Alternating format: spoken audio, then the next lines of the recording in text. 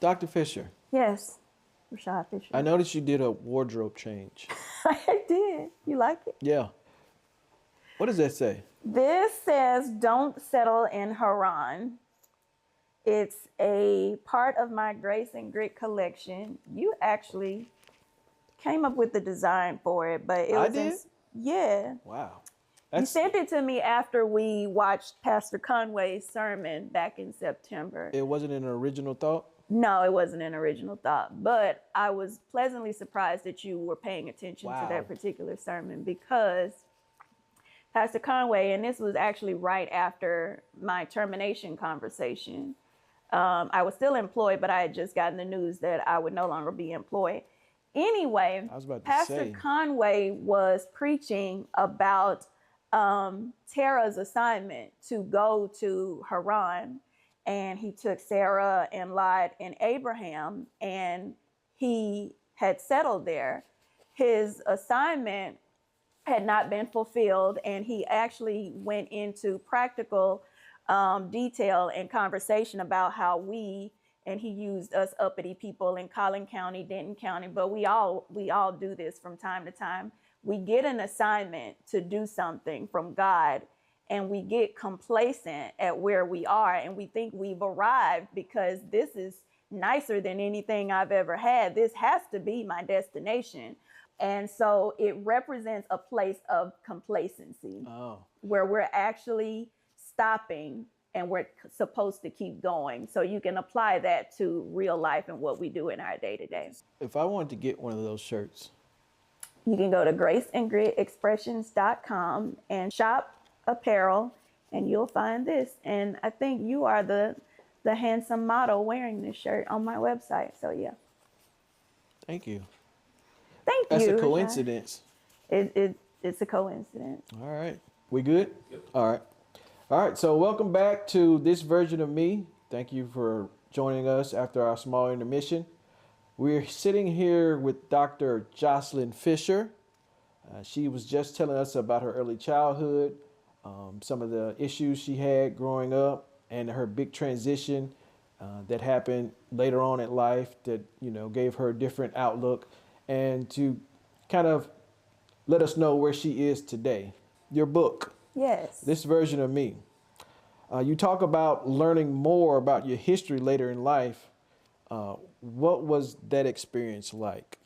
Yeah, so we were talking earlier about how we were kind of shielded from the actual history of us as Black people growing up in Mississippi and in the world writ large. But later on in life, when I actually started to pursue my EDD, I was learning, and even a little bit before then, just learning about things like, Black Wall Street. I remember preparing for my dissertation in practice, and one of my cohort members said that we should, instead of focusing on Augusta University and making that the name of our research study, we should use a pseudonym for Augusta University, because our dissertation focused on the recruitment and retention of Black students at PWIs. And so instead of calling it Augusta University, which is where we centered our research, we renamed it Greenwood University. And so I asked him, his name was Jamel, I said, why Greenwood University? Because I had never heard of Greenwood, the Greenwood district in Tulsa, Oklahoma.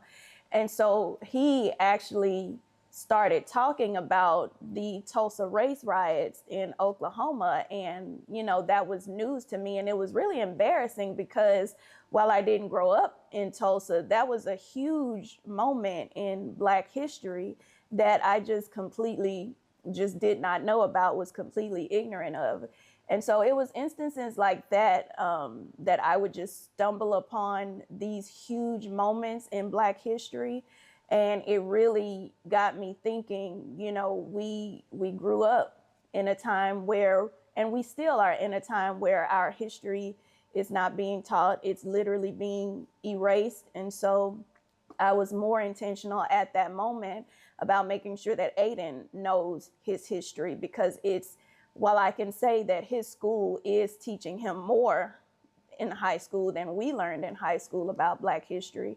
It's really our duty to make sure that our kids know their actual history so that they can appreciate their rich lineage. And so, yeah, that was one of the moments where I really just was completely dumbfounded and embarrassed just because I did not know. Yeah, I can agree because I didn't learn about that until later on in life either. And it was out, because of outside reading, personal reading of, history. Because growing up, I didn't realize I didn't learn a lot of Black history until later on. And you started realizing, okay, dog, I didn't know that. Yeah. I didn't know that about our history. Like, man, and it's something like, okay, I don't want to deprive my son of that same information. So I want to give him that. So he has that sense of pride in himself. He knows where he come from. He doesn't have to be ashamed of anything. He'll, really affirm him and let him know that, he's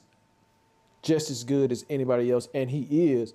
But, just to give him the affirmation and let him know that he has rich history and he has nothing to be ashamed of. And then his people has done a lot for this country and, in history, period. So. Absolutely. And like they say, those who don't learn their history are doomed to repeat it. And so we see right before our eyes some of the very same things that were legalized and coded into law back then now being trying to now on the cusp of resurfacing with this administration that we have. And so it is important that we learn some of the things that were passed into law back then and outlawed so that we can be more clear-eyed about how to navigate these situations that we're living in today. So going through, your professional career and learning some of your history that you learned later on, did you experience any of that, systemic racism that we talked about, or did you experience anything that that was off-putting to you that you're like, okay, that's not right, or it may not have been out front, but have you experienced anything like that? I can say that there were little traces of I won't call it overt racism, but definitely microaggressions that I dealt with as being the only Black woman in a lot of my professional spaces.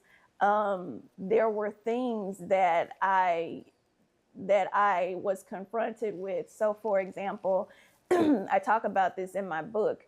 I was delivering a presentation on this huge faculty activity reporting system that I was charged with rolling out to faculty and administrators. And it just, contained and housed faculty's credentials, their teaching, their research service activities, all those things. And it was a huge purchase for the university. And so I, as the system administrator, was charged with going around developing training materials and actually training and delivering road shows to the different colleges and personnel at the university. So I was delivering a speech to the president's cabinet about what the system is, kind of the high level timeline of the rollout. And after that speech, I was helping our secretary clean up the space. And I had been sitting with her the entire time of the meeting. And she and I were the only two Black women in the room. There had been a Black dean in the room, but I chose to sit with her because she had become my friend. And after that instance, my supervisor came up to me and he said, not scolding me, but pretty much saying that I shouldn't sit with the help. Of course, he didn't use the word, but that's how it hit my ears. And I'm like, but this is my friend. And he's like, when you're in these spaces, you sit amongst those that you aspire to be like. Mm-hmm. And so while, again, it wasn't an example of overt racism, it was something, and that was very early in my tenure in that position. And so it really caused me to approach situations with a less innocent viewpoint of people and places and things that I would have to deal with in the future. And going into my next position. Well, I'm sorry. I just want to, Yeah. before you move on, I just want to just highlight, like, you or us being as black professionals, you kind of have to navigate those situations a little differently because, the person, your supervisor, may have been innocent in his thinking, Correct. but sometimes we perceive it. We have to perceive it differently. Yeah. Because we never know. Okay, maybe he was being racist and he didn't know, or maybe he Yeah. was being innocent and we just kind of take it that way. But Mm-hmm. it's always those that fine line of how do we perceive what Yeah. he's trying Right. to put out there. Definitely. It's definitely a mental battle that we're constantly fighting within ourselves to say, was he talking about her because it looks crazy that the only two black women are sitting together? Right. Or is he really, like you said, trying to give me solid advice and wanting me to, affiliate with the deans and the vice provosts and all those people, because that's what I told him I aspired to be one Right. day. And I can understand that, okay, you need to rub elbows with some of the people that have the positions you want so you can get their information and how they got there. But at the same time, you and her being the only black women in that office, in that space, Yeah.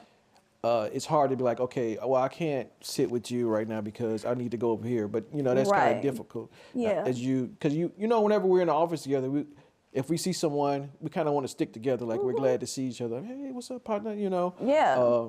And I can understand that being a difficult situation It for you. was a very difficult situation, and she would be the one that I would look forward to going out on lunch dates Right. with every single Friday to go to our favorite soul food restaurant. And so, yeah, that wasn't a good feeling to be advised to not sit with her in that space. Your professional life. We're here now. So we talked about early life, your experiences there. We talked about how they influenced you. We talked about some of the stuff you learned growing up. Then you go on to your EDD and getting these letters behind your name. Now you're a professional. You're settled in as a professional. Mm-hmm. How did all of those experiences show up in your professional life? From early on to now. Well, yeah, like I was saying in the first half, when I started to factor in the situation with me having to write a letter to the mayor on my dad's behalf for a salary that wasn't above what it should have been, as far as the position itself goes, but he was definitely being underpaid for the work that he was doing. So with that situation, with me knowing that there are certain expectations, though they may not have been explicitly stated upon hiring me, to your earlier point, we go into certain professional spaces knowing that there's a hidden burden on us to teach people how to associate with what might be the only Black person that they'll ever come in contact with in a professional space. And so, and even that conversation with my former supervisor about how to navigate certain rooms that I go in, I definitely went into the last position that I've had post EDD with all of those things at play. And like I said, it can be a real mental battle, and we can really put ourselves through some anguish trying to, live up to these, irrational expectations of us, when really we're just here to do a job like the next person is here to do a job. Right. But because we exist in those spaces as the only one, we carry a burden that we really shouldn't have to. Mm-hmm. And so I would go into those situations clear-eyed about why I was there. And whenever those microaggressions that I'm now more cognizant of because of those experiences, I would definitely be more vocal about, what it is that I would tolerate and what I wouldn't tolerate. And doing it respectfully, of course, but because I was so innocent and naive in the early part of my career, I didn't know, okay, you need to fight for your position on this. And I just went along to get along. Well, what do you know about code switching and how you feel about it? I think for some of us, especially younger professionals who are just trying to get their foot in the door in maybe their first or second job in their career, we oftentimes do a lot of code switching. Whereas, you know, and if I'm talking to you, for example, in this interview, I'm being more articulate than I normally would be if you and I were just talking off camera. And that's a form of code switching because, you know, you don't know who's going to be the eventual audience of whatever it is that you're saying. So you always want to make sure that you're representing yourself. And by the previous token, you're also representing other Black people. And so that's another burden that we place on ourselves. Like, I don't want to come off in any situation as being the angry Black woman. I don't want to come off as being, you know, quote unquote dumb Black girl from Mississippi, even though some of the most intelligent Black women have come from Mississippi and out of the South. But those kinds of stereotype vulnerabilities that we place ourselves under kind of forces us to code switch until we just say, you know, no, we're not going to do it. I'm going to be me and you're going to accept me as me and all of my qualifications. And that's going to be it. Yeah, I mean, just you talking about these different versions of yourself, do you feel you at the beginning you had to be a different version at work to kind of fit in or, you know, not come off as, like you said, the angry Black woman? Yeah. Just, you know, my experience or just my thinking about it, code switching, I said this to you before, that I think, you know, a lot of Black people are bilingual in that sense that where, you know, we can go to work and we can speak the work language, but when we off, you know, there's a whole other language we can speak that some people may not understand or, you know, they may not get. And I just think, you know, in that sense that we do speak two different languages at some point. And, you know, like I said, this could be another whole nother topic, but, you know, why are we like that? Why do we have to conform or why do we have to change the way we talk when we're in a different environment, you know, because of that? Yeah, for me, I think it's because, like I said, especially when we're so fragile early in our careers and we don't want to say the wrong thing or do the wrong thing to jeopardize our chances at, you know, being retained in whatever the position is. And two, some of us, you know, we're trying to learn on the job what the expectations of the job are. So we can't go into certain spaces just being, you know, 100% us and 100% on. Like, I can't go into my first job being, you know, laid back Pookie that everybody from Vicksburg knows because I'm still learning. And then two, what I also talk about in my book, I falsely took on the job of being the representative for all Black women.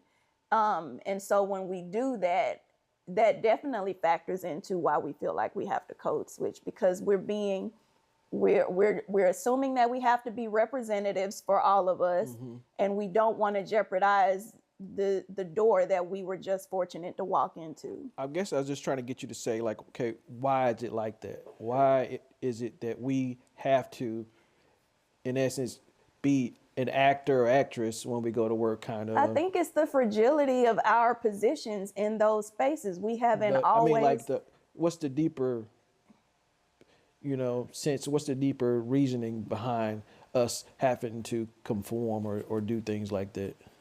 I don't think we necessarily have to. I think the reason that we oftentimes do is because systems weren't created for us. Okay, that's what I was getting at. Yeah. So just, you know, we make ourselves fit in, so to speak, you know, at the job. Yeah. So because you know we have these jobs, we want to keep them, but I think, you know, the times are kind of changing now. We're not our parents, you know, where we have to stay on that job for so long, and, you know, kind of like what you're doing now, you're venturing out, becoming an entrepreneur, making your own terms. So I think you're an inspiration in that sense to a lot of young Black women, you know, that see you and, you know, want to do some of the things that you do. You. And I talk more deeply about this in Hold the Elevator, Please. What is that?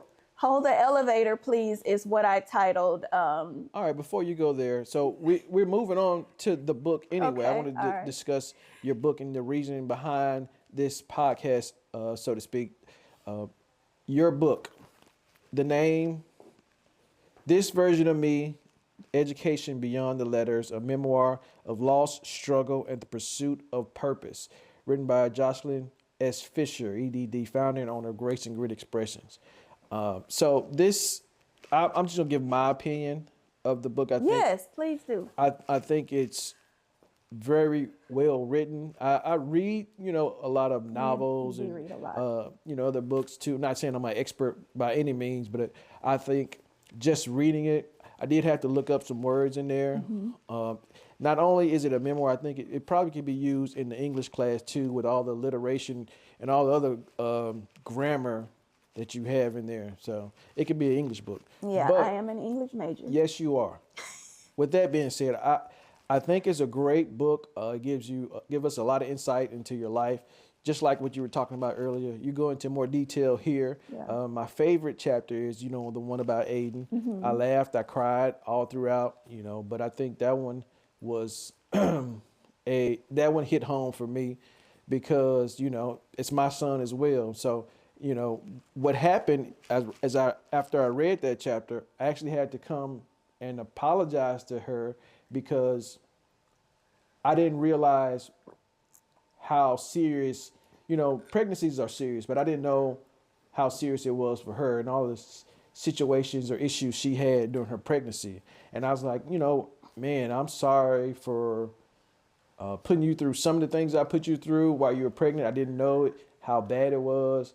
And I think a lot of dads don't really understand how Right. serious pregnancy can be and what women go through, their bodies go through, their mental state. And I was like, hey, I'm sorry. I did not know all the stuff you went through. Yeah, and thank you for that. I thanked you when you came to me initially and apologized. It only took 17 years.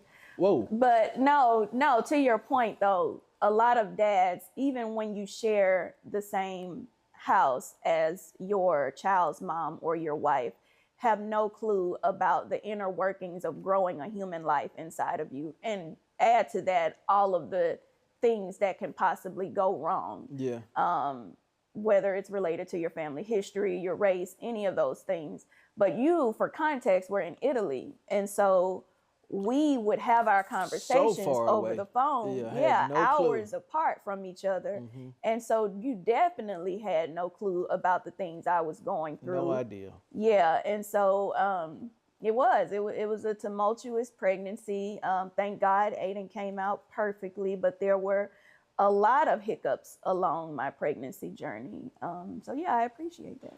Yeah. So just to give my input about the book, what inspired you to go ahead and write a book? I know a lot of people talk about writing a book, writing their story. What made you sit down and actually focus and write your story?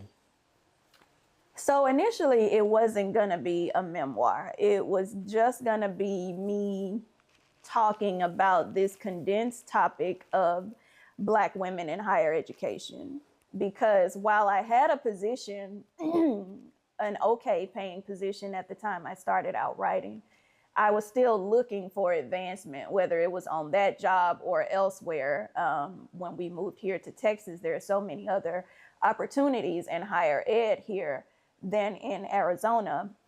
But when I started out writing and I was talking about this very condensed topic of advancing in higher ed as a Black woman, I heard God telling me this is around the same time as I'm trying to teeter-totter the line of, do I continue drinking? Do I stop drinking? I see the ways that it's holding me back.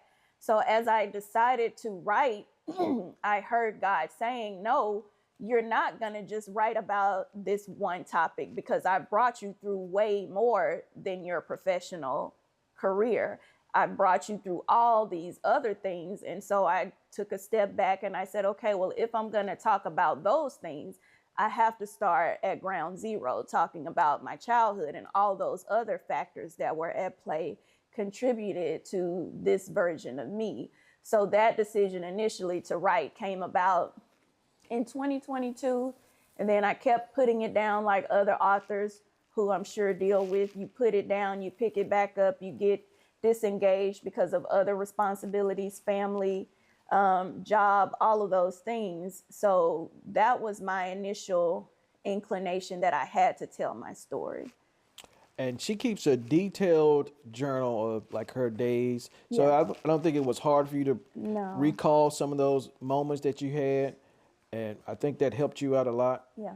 And so with this book, why wasn't the first 3 chapters of how great Rashad is? Because the first 3 chapters I had not met you yet. Okay. All right, let's. And if I can go a bit further, you're great, Yeah. but there's also work to be done there as Where? well. I'll let you and God, work that out.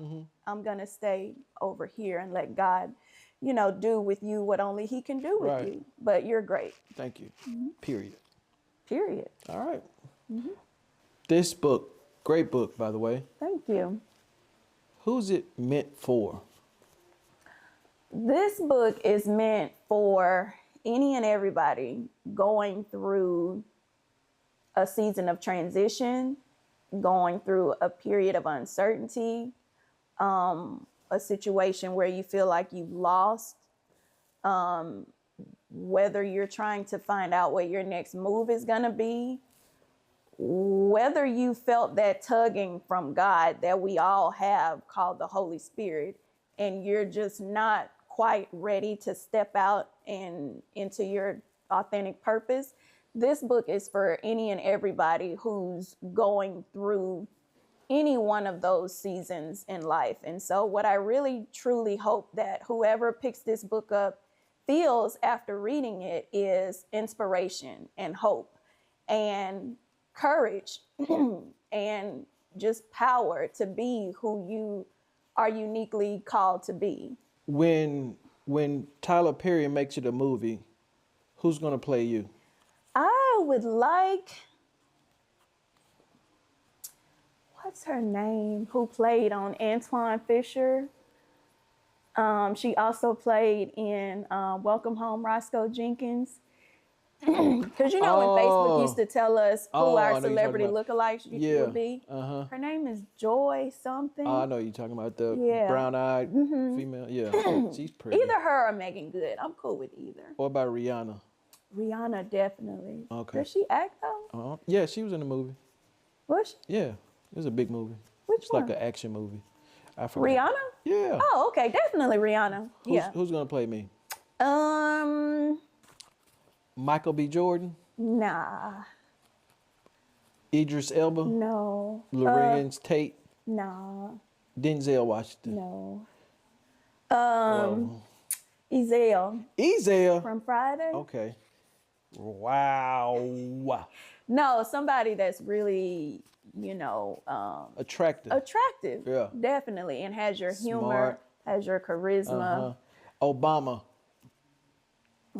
for sure. There we go. You talked about people feeling inspired after reading this, empowered, and also probably to seek help if they need help too. Definitely. So I definitely made a point to say, if you're struggling with anything, I don't know where the camera is. If you're struggling with anything, don't suffer in silence, because there is help. There are outlets out there, and it's at your disposal. It's way more convenient to access those resources now than it used to be. So please don't suffer in silence. The world needs you. You may feel alone, but definitely make sure that you reach out to a trusted source. If you don't have a trusted source, reach out to any one of the resources that are available to you and seek help, and definitely strive. Chase after the very best version of you, because he or she is out there. All right. So we're going to wrap it up. But before we do that, I want you to kind of describe this version of you, describe the woman you are today, and what does healing or growth look like for you now? This version of me is unapologetic. This version of me is happy, free.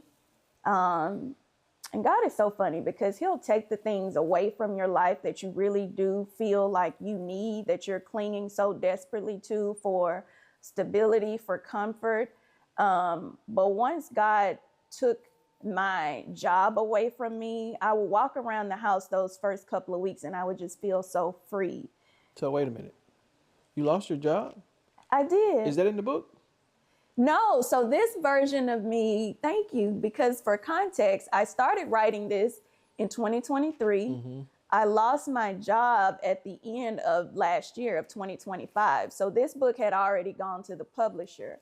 I tried my best to provide context in the preface of this book, but, and it definitely, the message still applies because I'm still on this journey to finding the best version of me. But this version of me right now is a lot more at peace. I'm a lot happier. Like I said, I'm unapologetic about seeking the things and attaining the things that I know I want and deserve. What does healing or growth look like for you now? Healing and growth is an ongoing process. And so I'm never gonna fully arrive at growth. Just like we never fully arrive at perfection, but the goal is progress every single day. So healing looks like going to God, in my view, and asking him for the help that you need to live out his purpose for your life. And so that's what healing looks like for me. Growth looks like self-awareness, not pointing the blame at external factors or people for the things that aren't going right in your life, but doing the things that are within your power and your control to seek the happiness that you so deserve. Self-accountability. Accountability for sure, and self-awareness. Self-awareness. Yeah. Okay. And serving, because we all have gifts that have been put inside of us to serve other people. And so when you have come to a point to where you go about your day and you're trying to find a way to help somebody else, that also is an indicator, a strong indicator that you're on the right path. All right. So we've discussed past and, what you went through and how that influenced your life. We talked about your present. What's your future look like? We don't, you can't tell, but what are you striving for? What are your goals? What's going on? What is Jocelyn looking forward to doing? What's coming from you in the future? I definitely want to grow Grace and Grit to be the biggest thing that God has already ordained it to be. So I'm focusing on building Grace and Grit, which is a faith-based business. I sell merchandise that motivates. I sell apparel that affirms. So this is one of my mugs. Spoiler alert, I win. It's all scripture based. This is based in Jeremiah 29:11, one of my favorite scriptures, that says that God has plans to prosper us and give us hope in the future. So that's what I'm more so focused on these days, is just making Grace and Grit the optimum go-to faith-based brand. I still have goals to aspire to the presidency of a college or university, but I'm just letting God guide that path for me. And so he's opening doors just like he's closing doors. And so now I'm more obedient and less combative when I do get those doors that are closed. So yeah, that's what I'm doing now. All right. Well, thank you for that. Are there any final thoughts from you? No, I just really hope that whoever picks up this version of me, Education Beyond the Letters, finds yourself in at least one of the pages and you're inspired to live out your purpose and step boldly into the calling that is truly on your life. And so thank you for having me. Anytime. So thank you for coming. Thank you for being transparent. Thank you for your growth. Thank you for your leadership in this household. Thank you for your obedience to God. And I just want to say that we appreciate you and we love to see this beautiful version of you. Thank you. And thank you for your support. You're good.